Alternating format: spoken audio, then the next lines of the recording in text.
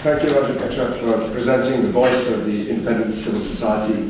And of course, Friends of Pakatan Rakyat here in London is also a civil society movement. And you ladies and gentlemen for giving up your Saturday afternoon to come and help support the agenda for change in Malaysia are part of that movement.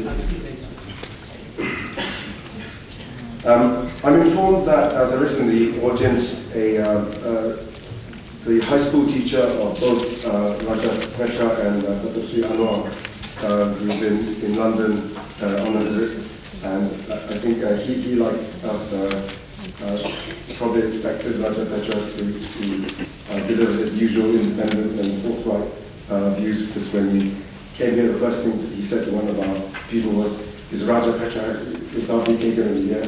in this in a very magisterial voice. I'll now ask Dr. Sri Anwar Ibrahim to come and deliver a talk. He is, of course, the leader of the Malaysian opposition and needs no introduction at all. But just to continue the theme, is continuing to fight his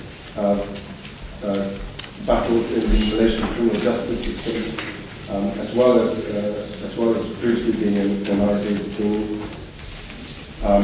We're fortunate to have him here today as the leader of the opposition, and also probably someone who's delivered what no other Malaysian leader has been able to do before, to unite the DAP and the PAS in the opposition, and to create what may genuinely be a two-party system in Malaysia. So without any further ado, Dr. Sri.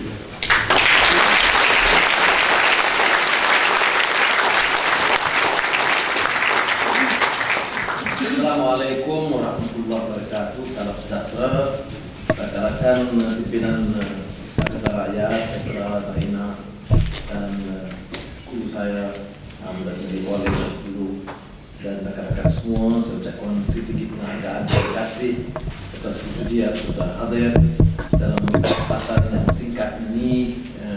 Wajar saya rumuskan beberapa pandangan untuk pertimbangan kita bersama. Friends, we have noticed this strong clamor for change and reform. Fair, very much like academics, is not the role of political parties. It is a clamor by the Rakyat. Those who chose to be formally active in the party, those in 2008 were not prepared to surface for a number of reasons. The young and the old, and particularly among the young, our support base has always been among students and youth. And that was because we are talking about new politics in Malaysia. Endemic corruption using the race card equation is considered obsolete.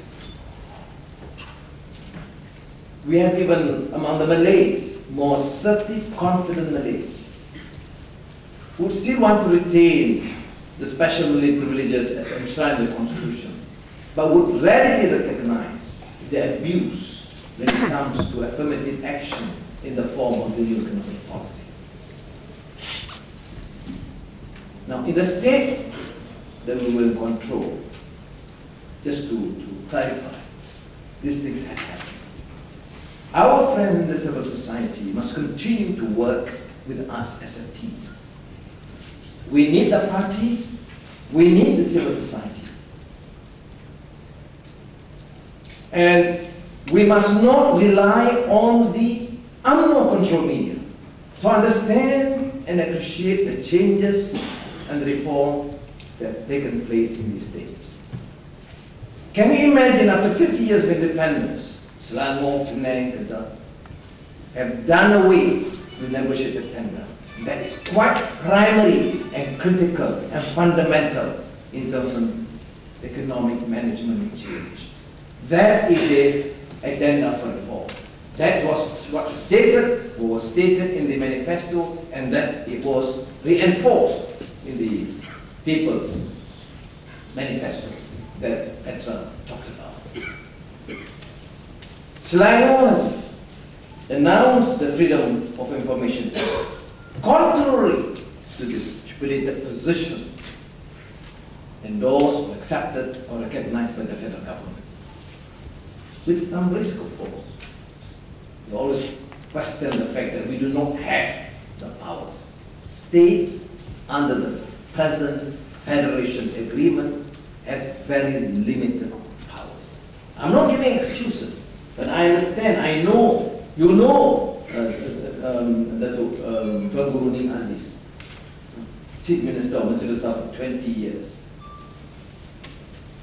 Not 1 inch of state land, not one timber, not one contract to his family members. Give the credit hugely.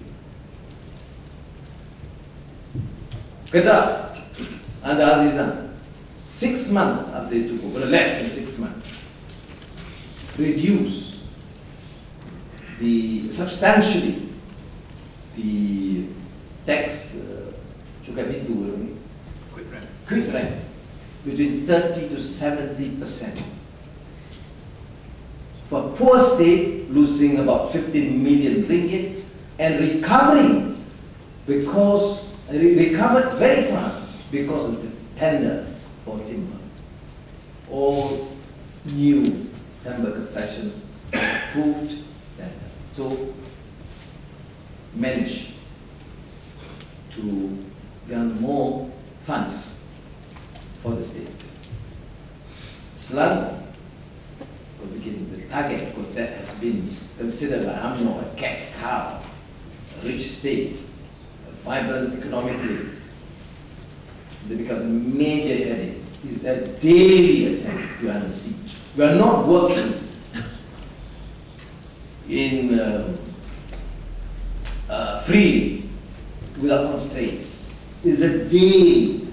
I decided to serve as an economic advisor to the state, 1 ringgit per month, purely because of my sympathy to Menteri Besar and the state leadership.